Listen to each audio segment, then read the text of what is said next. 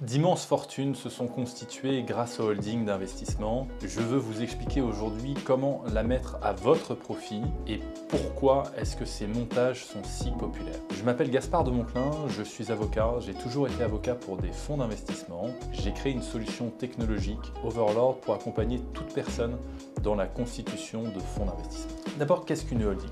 Une holding, c'est une entité qui n'est pas une société commerciale comme les autres. Elle n'a pas de clients, elle n'a pas de salariés, elle n'a pas de marque, elle a vraiment une vocation purement patrimoniale.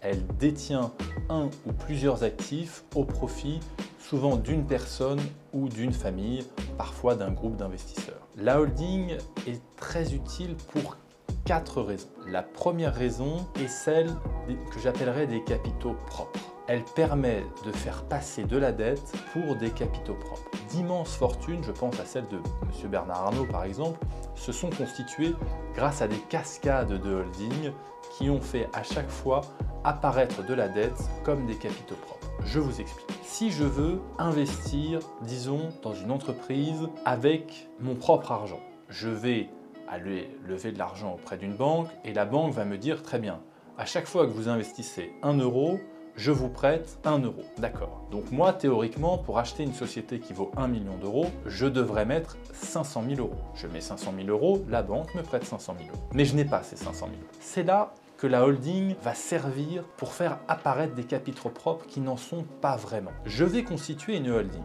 Et dans cette holding, je vais aller voir un prêteur, peut-être pas une banque, peut-être un investisseur privé, et je vais lui dire, écoute, je veux que tu me prêtes de l'argent pour que je puisse l'investir dans cette entreprise, mais cette holding doit avoir des capitaux propres. Et bien cet investisseur va me dire exactement comme la banque.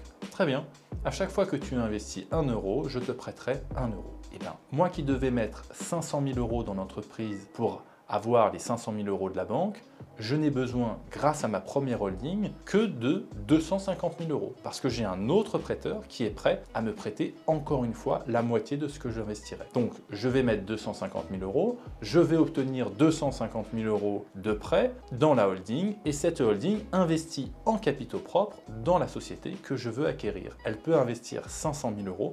Et donc l'autre banque va accepter de me prêter les 500 000 euros restants. Et comme ça, je peux empiler les holdings à chaque fois et diviser par 2 le montant que je dois investir. Si je rajoute une holding avec un autre prêteur qui va me faire la même proposition, 1 euro pour 1 euro, je n'aurai besoin plus que de 125 000 euros.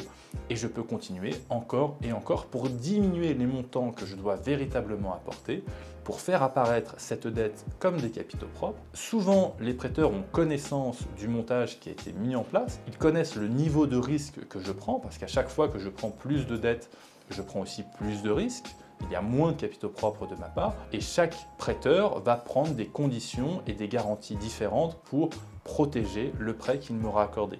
Mais grâce à ces holdings, j'aurai à la fois la chance de bénéficier d'un très lourd endettement, ce qui va me permettre d'acquérir cette société avec très peu d'argent et donc peut-être de faire un très beau rendement si la société se porte bien, mais je vais aussi garder le contrôle politique de la société en dessous. Je n'aurai mis peut-être que quelques milliers d'euros et pourtant, je serai le seul propriétaire de la holding de tête parce que j'aurai plus de 50%, le seul propriétaire de la seconde holding parce que j'aurai pareil un petit peu plus de 50%, etc., etc.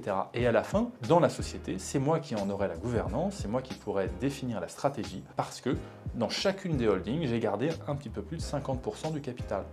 D'ailleurs, si je dis que je garde du capital, c'est parce que je peux aussi avoir des investisseurs, non pas en tête, mais des investisseurs dans chacune de mes holdings en capital. Et je peux partager avec eux les rendements que je vais générer sur la société cible.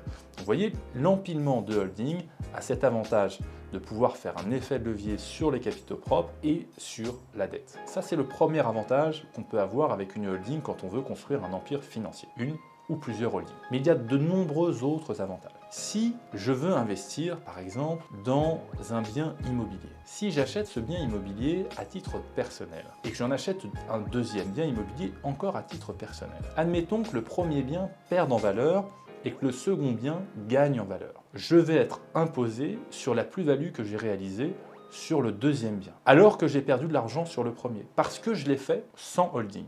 Si j'avais fait le même montage au moyen d'une holding, alors j'aurais pu compenser les pertes d'un immeuble sur les gains d'un autre immeuble. Et si à la fin le portefeuille ne s'est pas apprécié parce que j'ai investi 1 million d'euros et qu'il y en a un qui a par exemple fait x 1,5 pour devenir un bien non plus d'une valeur de 500 000 euros, de 750 000 euros, et que l'autre a perdu 250 000 euros, mon portefeuille est toujours d'1 million d'euros, je n'ai pas d'imposition sur les plus-values, alors que j'aurais eu une imposition sur les plus-values sans la holding. C'est le deuxième avantage de la holding, c'est pouvoir compenser les gains et les pertes au sein de mon portefeuille. C'est vrai avec un immeuble, c'est vrai avec une entreprise, c'est vrai avec des crypto-monnaies ou tout investissement que je veux réaliser. Si je le réalise par le biais d'une holding, je vais pouvoir bénéficier de la compensation des gains et des pertes. L'autre avantage d'une holding, c'est l'avantage de la fiscalité. En tant que personne physique, je dois d'abord payer mes impôts et après vivre avec l'argent qui me reste. Les sociétés font exactement l'inverse. D'abord, elles vivent avec l'argent qu'elles ont généré et après, elles payent leurs impôts. Elles ne payent leurs impôts que sur les bénéfices qui restent à la fin d'une année fiscale.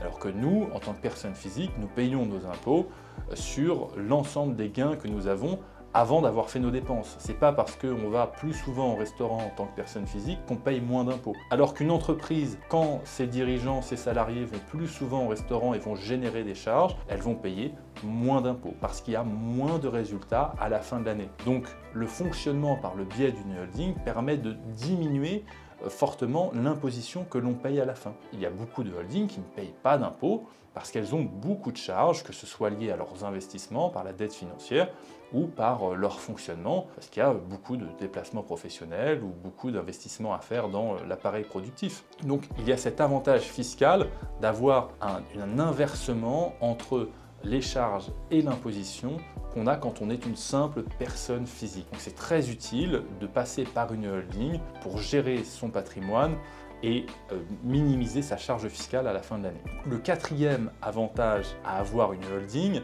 c'est la sécurisation. Si j'achète une entreprise à titre personnel, je risque d'être tenu aux dettes de cette entreprise, sauf si bien sûr elle-même est au sein d'une société qui protège la responsabilité. Mais si par exemple je veux prendre une dette, si je prends une dette auprès de la banque pour acheter cette entreprise, admettons que l'entreprise vale 1 million d'euros et que je m'endette à hauteur de 500 000 euros pour acheter cette entreprise à 1 million d'euros. Alors je prends un risque sur mes biens personnels à hauteur de 500 000 euros, la somme empruntée auprès de la banque. Si je l'avais fait par le biais d'une holding, j'aurais sécurisé mes biens personnels et je n'aurais engagé ma responsabilité que sur le patrimoine de cette holding. Donc si je fais défaut sur la dette, la banque a le droit d'aller saisir les biens de cette holding, à savoir la société, mais elle ne peut pas toucher mes biens personnels. Elle ne peut pas saisir ma maison, saisir mes biens mobiliers, tout ce que je possède, mes comptes bancaires, etc. Tout ça reste ma propriété. Le fait d'avoir une holding est un moyen de segmenter son patrimoine et de limiter le risque que l'on prend sur chacune des opérations. Et donc quand on veut faire appel à de la dette, quand il y a des créances importantes, l'avantage de la holding est de vous protéger contre les mésaventures et les mauvaises passes qui pourraient arriver au sein de votre portefeuille. Donc l'utilité de cette holding n'est plus à démontrer quand il s'agit de protéger votre patrimoine. Vous aurez donc compris les 4 principaux avantages à avoir une holding. D'une part, vous allez pouvoir empiler les holdings pour faire apparaître de la dette comme des capitaux propres. Le deuxième avantage est celui de compenser les gains et les pertes au sein d'un même portefeuille.